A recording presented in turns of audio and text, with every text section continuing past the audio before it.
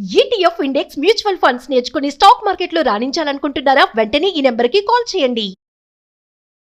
Hello నమస్తే, welcome to Suman TV. ప్రస్తుతం మనతో పాటు స్టూడియోలో రామ్ మెట్టు గారు ఉన్నారు. Motivational speaker and personality development coach. వీరితో ఈరోజు కొన్ని విషయాల గురించి మనం డిస్కస్ చేద్దాం. హలో అండి రామ్ గారు, నమస్తే. నమస్తే అండి. సో మనం మామూలుగా హస్బెండ్ వైఫ్ రిలేషన్షిప్ ఎలా ఉండాలి, లేదంటే వాళ్ళు లాంగ్ లాస్ట్ గా రిలేషన్షిప్ మెయింటైన్ చేయాలంటే ఎలాంటి జాగ్రత్తలు తీసుకోవాలనే వాటి గురించి మాట్లాడుతూ ఉంటాం. బట్ మెయిన్ గా మనం ఎక్కువ సార్లు మనం మర్చిపోతూ ఉంటాం. లైక్ అంటే కిడ్స్ కూడా మన ఫ్యామిలీలో one of the part. So మనం చేసే యాక్షన్స్ అంటే లైక్ హస్బెండ్ వైఫ్ చేసే యాక్షన్స్ కానీ, వాళ్ళ రిలేషన్షిప్ కానీ, వాళ్ళు ఉండే పద్ధతి కానీ మన పిల్లల పట్ల సైకలాజికల్గా ఎలా ప్రభావితం చూపిస్తుందని మీరు అంటారా? It's very good topic to discuss అండి. ఎందుకంటే చాలా మంది పేరెంట్స్ తెలియక వాళ్ళ పిల్లల ముందు ఎన్నో మిస్టేక్స్ చేస్తూ ఉంటారు. అండ్ ట్రస్ట్ మీ, అది చాలా నెగిటివ్ ఇంపాక్ట్ తీసుకొని వస్తుంది వాళ్ళ పిల్లలకి. Right. So first of all మనం గ్రహించాల్సిన విషయం ఏంటిదంటే, పిల్లలు స్పెషలీ వెరీ యంగ్ ఏజ్ నుంచి కూడా తల్లిదండ్రుని వాళ్ళు రోల్ మోడల్స్ కింద ట్రీట్ చేస్తుంటారు. రైట్, అవును. సో వాళ్ళు ఏం నేర్చుకోవాలన్నా, ఎట్లా బిహేవ్ చేయాలన్నా, మీరు చూస్తూ ఉంటారు చిన్న చిన్న పిల్లలు, వాళ్ళు ఏంటంటే వాళ్ళ పేరెంట్స్ ఇమిటేట్ చేస్తూ ఉంటారు. ఇమిటేట్ చేస్తూ అది యాక్షన్స్ కానివ్వండి, టాక్స్ కానివ్వండి, వర్డ్స్ కానివ్వండి, వాళ్ళు నేర్చుకునే స్లాంగ్ కూడా. ఇప్పుడు చూడండి, మనం నేర్చుకునే భాష కూడా ఏంటంటే ఇట్ ఈస్ వాళ్ళ పేరెంట్స్ నుంచి యాజ్ ఇట్ ఈస్ వాళ్ళు దించేస్తూ ఉంటారు, ఏదైనా కానివ్వండి. సో బేసిక్గా ఏంటంటే దే టెన్ టు కాపీ, వాళ్ళ పేరెంట్స్ని కాపీ చేస్తూ ఉంటారు. వాళ్ళు తెలుసో తెలియకో వాళ్ళు రోల్ మోడల్స్ లాగా బిహేవ్ చేస్తూ ఉంటారు పేరెంట్స్. మీరు రోల్ మోడల్స్ అయినప్పుడు ఖచ్చితంగా మీ behaviour in front of people, అది కూడా at a very young age చాలా జాగ్రత్తగా ఉండాలండి మనం. అందులో the very first thing that we have to take care ఏంటంటే, చిన్న పిల్లల ముందు అబ్యూజింగ్ అనేది చేయకూడదండి. ఒకళ్ళు తిట్టుకుంటా ఉంటారు చూడండి. ఐ అండర్స్టాండ్, మనకు ఇప్పుడున్న కరెంట్ లివింగ్ స్టైల్స్కి ఫ్రస్ట్రేషను, ప్రెషరు, పిల్లలు స్కూల్ అనేసి, లేదా పిల్లలు జాబ్, ఇంట్లో వంట, ఇవన్నీ చాలా ఉంటాయి. లాట్ ఆఫ్ ప్రెషర్స్ ఉంటాయి మనకి.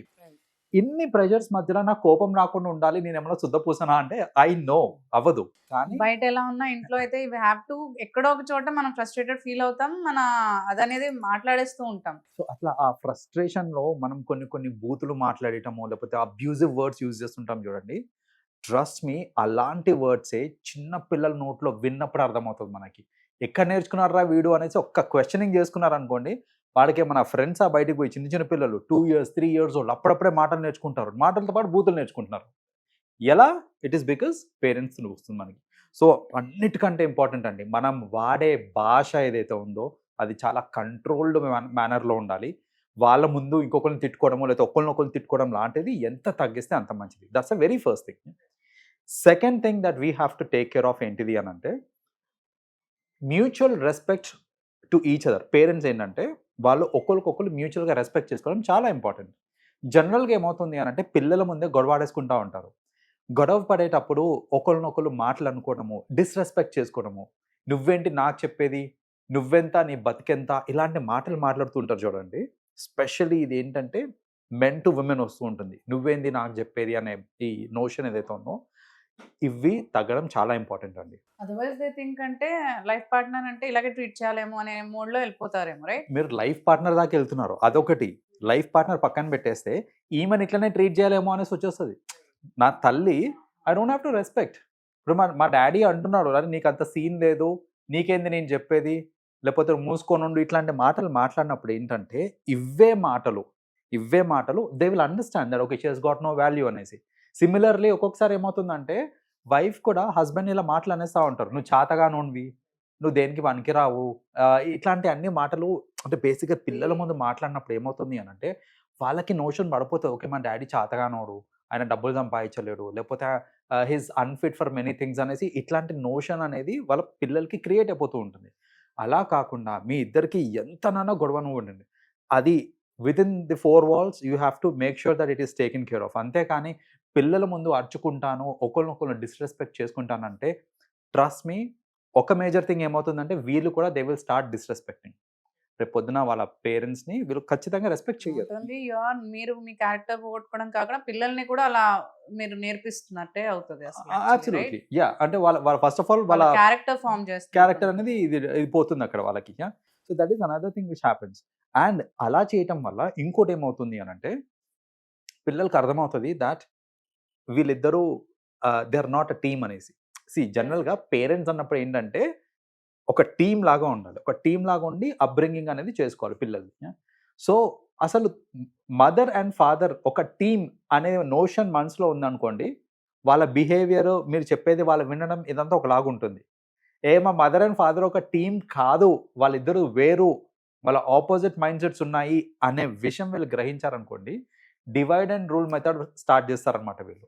So divide and rule method ఏంటంటే, వాళ్ళు ఫాదర్ అరుస్తున్నాడు అనుకోండి, ఇప్పుడు ఫాదర్ అరుస్తున్నా అంటే అమ్మ దగ్గరికి వెళ్ళాలంటే నన్ను సాకుద్ది అని తెలుసు, తీసుకెళ్తారు, అమ్మ దగ్గరికి వెళ్తారు. ఆ టైంలో అమ్మ అరుస్తుంది అని అంటే డాడీ దగ్గరికి వెళ్ళేసి కంప్లైంట్ చేస్తే డాడీ తిడతారు, ఏంటి నువ్వు అలా అరుస్తున్నావు అనేసి, మళ్ళీ అమ్మనే అంటారు. సో బేసిక్లీ ఏమవుతుంది అని అంటే, పిల్లలు చేసిన తప్పుకి ఇలా డివైడ్ అండ్ రూల్ ఫాలో చేయటం వల్ల వాళ్ళు ఏంటంటే ఒకరి మీద ఒకరికి కంప్లైంట్ చేస్తారు, వైఫ్ అండ్ హస్బెండ్ కొట్టుకోవడం స్టార్ట్ చేస్తారు, వీళ్ళు ఇక్కడ చిప్స్ తినుకుంటే చూస్తూ ఉంటారు అనమాట వాళ్ళు గొడవని. సో బేసిక్గా ఇలా అవ్వడానికి కూడా ఒక రీజన్ ఏంటిది అని అంటే, పిల్లలకి అది తెలుసు మీరిద్దరు కలిసి ఒక టీం కాదు అనేసి. సో ఆ నోషన్ రాకుండా ఉండాలి అని అంటే, పిల్లల ముందు ఎట్టి పరిస్థితిలో ఇద్దరు కలిసి ఒకే మాట మీద నించోవాలి. అంతేకాని ఒకరొక మాట ఇంకొక మాట మాట్లాడితే ఇలా డివైడ్ అండ్ రూల్ అనేది స్టార్ట్ అయిపోతుంది అనమాట. అండ్ పిల్లల దగ్గర especially at a very young age, 2 years old 3 years old ఈ ఏజ్లో ఉన్నప్పుడు ఇంకొక మేజర్ మిస్టేక్ ఏం చేస్తారు పిల్లలు, పేరెంట్స్ అని అంటే, నీకు అమ్మ ఇష్టమా నాన్న ఇష్టమా, నీకు నాన్నమ్మ ఇష్టమా తాత ఇష్టమా ఎవరు ఇష్టమా, రైట్? సో ఇలా ఈ క్వశ్చన్స్ అడుగుతారు చూడండి.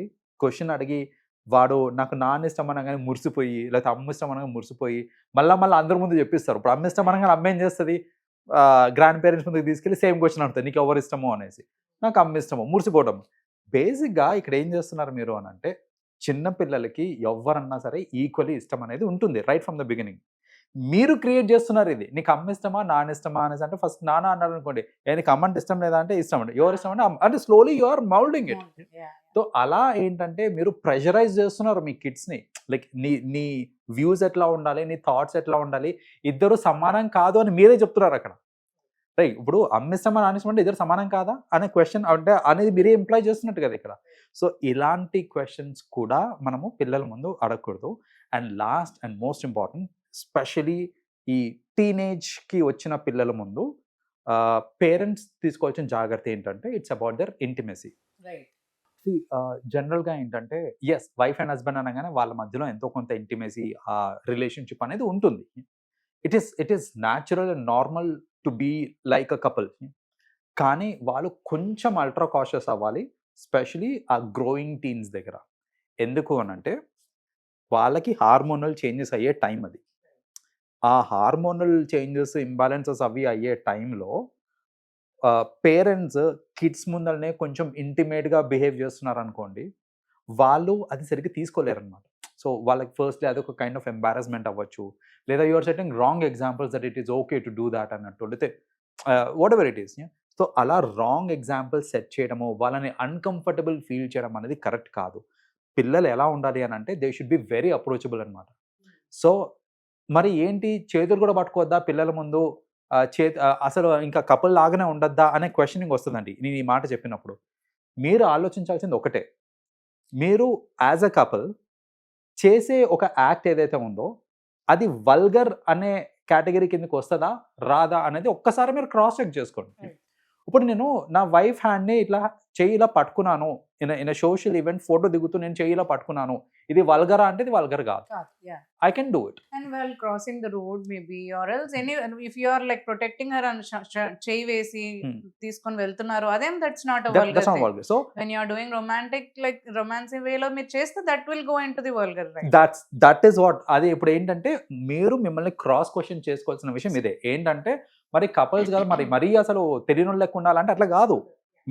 మీరు you can show your affection, కానీ మీరు ఎఫెక్షన్ చూపించే ఏదైతే యాక్ట్ ఉందో వల్గర్ కేటగిరీ కిందకి వస్తుంది అని అంటే పిల్లల ముందు చెయ్యకండి. అది వల్గర్ కేటగిరీ కింద రాదు అని అంటే that's okay to do it as a couple. So ఇదొక్కటి మాత్రం మీరు జాగ్రత్తగా ఉండాలి.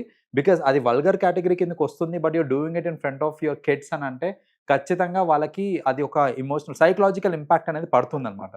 సో అది సమ్ టైమ్స్ ఎలా అవుతుంది అని అంటే, అది ఏ లెవెల్ ఇంపాక్ట్ పడుతుంది అని అంటే, నేను చూస్తుంటానండి కొన్ని కేసెస్, మన దగ్గరకు వచ్చే కేసెస్లో కిడ్స్ వాళ్ళు సైకలాజికలీ చాలా డిస్టర్బ్డ్గా ఉంటారు, డిస్టర్బ్డ్గా ఉండి ఏమైందమ్మా ఎందుకు ఇట్లా ఉన్నావు అని అంటే మా అమ్మ మా నాన్నతో బ్యాడ్ హ్యాబిట్స్ చేస్తుంది అని.